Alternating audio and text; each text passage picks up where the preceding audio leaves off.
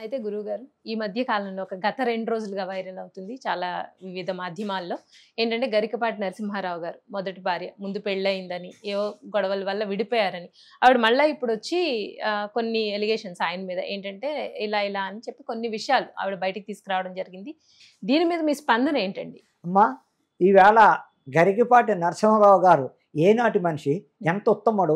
ఆయన ప్రవచనాలు వింటుంటే వినీకులది వినాలని కూర్చుని వాళ్ళు లేవకుండా చాలా మంది ఆయన చేస్తున్న ప్రోగ్రాం ఉన్నంతసేపు జనాలు ఆయన కళ్ళల్లో కళ్ళు పెట్టి చక్కగా వింటున్నారే లక్షల మంది భక్తులు. అటువంటి ఆయనకి ఈరోజు ఈ వారం నుంచి విమర్శలు ఎక్కువైపోతున్నాయే. ఏం చేశారని ఈ వయసులోన 70 క్రాస్ అయిన వ్యక్తికి గరికపాటి నరసింహారావు గారు మహానుభావుడు, సాక్షాత్తు దేవుడు లాంటి వ్యక్తిని ఈవేళ విమర్శలకు గురి చేసి మీడియాకి లాగుతున్నారు. ఎవరయ్యా అంటే మొదటి భార్య ఎప్పుడో వెళ్ళిపోయింది. ఎలా వెళ్ళిందో ఏం జరిగిందో వాళ్ళ ఇద్దరు మంచిది, ప్రపంచానికి కూడా తెలియదు. ఈవేళ ప్రపంచానికి తెలిసేటట్టు ఆ మొదటి భార్య వచ్చి రకరకాలుగా ఆయన పీడించి తింటోంది. ఇప్పటిదాకా నీ పిల్లలు ఎలా ఎక్కడున్నారో నీకు తెలీదా, నువ్వు ఎలా బతికొచ్చావు నాకు తెలీదా, ఈవేళ నా భర్త నా పిల్లలు అంటూ వస్తున్నావు అంటే ఏ విధంగా నువ్వు భార్య అయ్యావు? ఏ విధంగా నీ పిల్లలు ఉన్నారా చచ్చారా పట్టించుకోకుండా ఎక్కడి నుంచి వచ్చావు? ఇవాళ నేను మొదటి భార్యని, నాదే ఈయన, నా భర్త నా పిల్లలు. ఏనాడు నువ్వు పిల్లలను చూసావు? ఏనాడు వాళ్ళ ఆదుకుని ఇంత అందం పెట్టావు? ఏనాడు ఆ కుటుంబాన్ని నువ్వు మంచి చెట్లు చూసావని ఈవేళ నా భర్త గరికపాటి నరసింహారావు గారు నా భర్త అని వస్తున్నావు. ఏమిటి నీ ఉద్దేశం? అంటే ఆయనకి ఈవేళ సంఘంలో మంచి పేరు వచ్చింది, పలుకుబడి వచ్చింది. ఆ పలుకుబడిని చంపడానికి వచ్చావా? ఆయన అవినీతి పరుడు మీకు తెలియదని సంఘానికి ఆయన వల్ల నష్టం తేవడానికి తీసుకొచ్చావా? ఏమిటమ్మా ఈ విమర్శన? ఇదే నా పద్ధతి నువ్వు చేస్తుంది? ఇది గరికపాటి నరసింహారావు గారిని అవమానించడానికి, తర్వాత ఆయన వ్యక్తిత్వాన్ని దెబ్బతీయడానికో సంఘంలో పరుగు పోవడానికో చేస్తున్నది. కానీ ఇది 100% తప్పే, కానీ నిజం కాదు. ఆ మహానుభావుడు అటువంటి వ్యక్తి కాదు. అందులో మొహమాటం లేకుండా ప్రవచనాలు చెప్పడంలో, దేన్ని భయపడకుండా కంచు కంఠంతో ఎదిరించి ఇది తప్పు అని ఖండించిన మహానుభావుడు ఆ తప్పు చేశాడంటే ఎవరో నమ్మరు. అది చాలా తప్పు. ఆ వచ్చిన ఆవిడ ఎంతో అనుభవిస్తుంది, బాధపడుతుంది. ఈ మహానుభావుడు రోడ్డుకి ఎక్కించినందుకు కెమెరాలకు లాగిన మీడియా ముందు లాక్కొచ్చి అల్లరిపాలు చేస్తోంది. ఇన్నాళ్ళు లేని భార్య ఎక్కడి నుంచి వచ్చావు? అది ఖచ్చితంగా నువ్వు అది నిరూపించు. నేను వెళ్ళిపోయిన మాట వాస్తవం, నేను అన్నాన్ని పట్టించుకోకుండా వెళ్ళిపోయిన వాస్తవం. ఆయన నా భర్త, వీళ్ళు నా పిల్లలని. అలాంటప్పుడు ఇన్నాళ్ళు లేని గుర్తు ఆయన 70 దాటాక ఈవేళ వచ్చి ఆయన్ని రెచ్చగొట్టి ఆయన బాధ పెట్టి నువ్వు చేయడంలో ఉన్న అర్థం ఏమిటి? నీకు వచ్చే పరమార్థం ఏమిటి? ఆయన బాధపడుతున్నాడు అంటే నీకు కలిసి వచ్చేది ఏమిటి? నువ్వు చేస్తున్న ఆరోపణలు ఏమిటి, నిందలేమిటి? అది పద్ధతి కాదు. అమ్మా, నువ్వు ఎవరైనా అవచ్చు, మాకు అనవసరం. క్రమంగా సక్రమంగా ఉంటే ఆయన్ని నిజమైన నీ భర్త అనుకుంటే ఆయన పరువు తీయకు.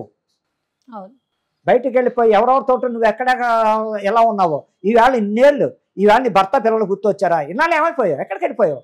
అదే ధర్మం కాదు. అటువంటి పెద్దవారిని మీరు విమర్శించడం తగదు. ఏదైనా ఉంటే తేల్చుకోండి. రోడ్డుకి మీడియాలకి అటువంటి పెద్దవారిని లాక్కు రావద్దని మనసావాచ నా పేరుతో సహా చెప్తున్నాను. అనంత శర్మ ఖండిస్తున్నా, ఛాలెంజ్ చేసి. అది పద్ధతి కాదు. కరెక్ట్ అండి. గురుస్థానంలో ఉన్న వాళ్ళని మనం ఈ రోజు విమర్శించాల్సినంత స్థాయిలో లేము. ఇంకొకటి ఏంటంటే సముద్రం దగ్గరికి వెళ్తే, అంటే నేను దీని ద్వారా ఒక చిన్న ఎగ్జాంపుల్ చెప్తున్నాను. సముద్రం దగ్గరికి వెళ్తే వజ్రాలు దొరుకుతాయి, రాళ్ళు దొరుకుతాయి. మనం వజ్రాలు మాత్రమే తీసుకుంటాం, అన్ని దొరుకుతాయి, కానీ మనకు కావాల్సిన వజ్రాలు మాత్రమే మనం తీసుకుంటాం. అలాగే అటువంటి గురువులు చెప్పిన మంచి మాత్రమే మనం నేర్చుకుందాం. అప్పుడు ఏం జరిగిందో మనకు తెలియదు. ఇప్పుడు తెలియకుండా మిడిమిడి జ్ఞానంతో మనం మాట్లాడడం, ఈ విషయం మీద మనం ప్రతి ఒక్కళ్ళు స్పందించడం అయితే కరెక్ట్ కాదు. ఇది నా పర్సనల్ రిక్వెస్ట్ అంతే. ఎందుకంటే గురువు స్థానంలో ఉన్నారండి వాళ్ళందరూ కూడా గురువులు. మనం చాలా మోటివేట్ అయ్యాం, వాళ్ళని చూసి చాలా నేర్చుకున్నాం. ఎంతో పేరున్నవాడు, దైవభక్తి గలవాడు, ధైర్యవంతుడు కూడా. ఆ పర్సనల్ ఏం జరిగిందో మనకు తెలియదు, దాని వెనకాల ఏంటి అనేది ఆయన చెప్పడంలో కూడా ధైర్యంగా చెప్తాడు, ధైర్యంగా విమర్శిస్తాడు, భయపడకుండా. అటువంటి వ్యక్తి గతంలో దాని గురించి ఈవేళ నన్ను విమర్శించడానికి వస్తే, అలాగే ఈవేళమ్మ అసలు చెప్పాలంటే అరాచకాలు చేసి వాళ్ళు లేరంటే ఉన్నారు, ఎక్కడో కనపడకుండా. రెండో భార్యలతో ఉన్న వాళ్ళు ఉన్నారు, కాదని నేను. కానీ ఈ ఎప్పుడో 60 ఏళ్ల క్రితం జరిగింది. ఈ 60 ఏళ్ళు నువ్వు ఎక్కడున్నావో తెలియదు, పోనీ 50 ఏళ్ళే, ఎక్కడున్నావో తెలియదు, ఏం చేస్తున్నావో తెలియదు.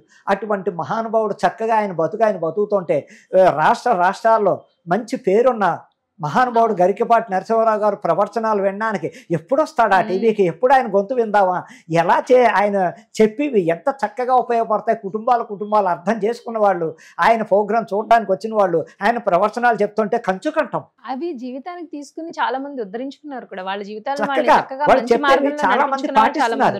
అయ్యో గరికపాటి నరసింహారావు గారు వచ్చారు ఇవాళ ప్రవచనాలకి, అలాంటి మహానుభావుడి దగ్గర మనం గంట సేపు ఆ సభలో కూర్చుని ఆయన చెప్పిన వింటుంటే ఇంటికెడుతులకు మనకు ఎంతో చక్కగా, మనకు కూడా ఎన్నో చక్కటి ఆలోచనలు వస్తాయి, మంచి ఆలోచనలు వస్తాయి. ఇంతమంది జనం వాళ్ళ వెంట పడుతుంటే ఈవిడొచ్చి ఇవాళ కొత్తగా 40 ఏళ్ళు దూరంగా ఉండో 50 ఏళ్ళు దూరంగా ఉండో ఇవాళ నా మొగుడు అంటూ ప్రచారాలు చేస్తూ అన్పాపులర్ చేస్తూ భర్తను నవ్వుల పాలు చేయడానికి వచ్చి ఆయన ఏం ఉద్ధరిద్దామని చెప్పేసి నువ్వేం చేద్దామని ఆయన్ని. సరే సాధించావు, ఏం సాధిస్తావు, ఏం చేయగలవు అటువంటి పెద్ద మనిషిని? అదిగో ముందు భవిష్యత్తులో బాగుపడతావు, కాదు అనేక అనర్థాల్లో బాధలు పడతావు జీవితాంతం. ఇది తప్పదు అమ్మా, అర్థం చేసుకో అని నేను చెప్తున్నాను. నిజం గురువు గారు, ధన్యవాదాలు. ధన్యవాదాలు.